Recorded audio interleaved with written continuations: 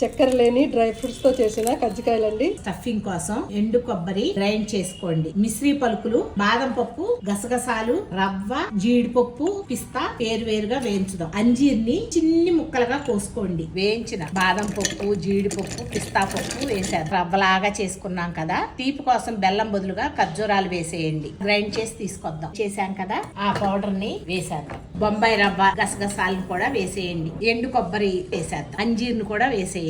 అప్పుడు జ్ఞాపకాలమ్మ పటికి బెల్లం పలుకులు అనేవాళ్ళం. అన్ని కలిపేసుకోండి. పౌడర్ వేసేయండి. మైదా పిండి తీసుకోండి. నెయ్యి వేద్దాం. సాల్ట్ వేయండి. సరిపడా నీళ్లు పోసి కలిపేసుకుందాం. నెయ్యి వేసుకొని కొత్తగా మద్దన చేస్తా కలపండి. పిండిని కప్పేయండి. చపాతీ లాగా చేద్దాం. ఇలా చేసుకున్నాం కదా, చేతిలోకి తీసుకొని ఈ గుంటలో పొడి వేద్దాం. ఇలా నొక్కుకొని చేసేద్దాం. చుట్టుపక్కల ఉండదు. లో ఫ్లేమ్ లో పెట్టి వేయించుకోండి. ఒక్కటిగా తీసుకోండి.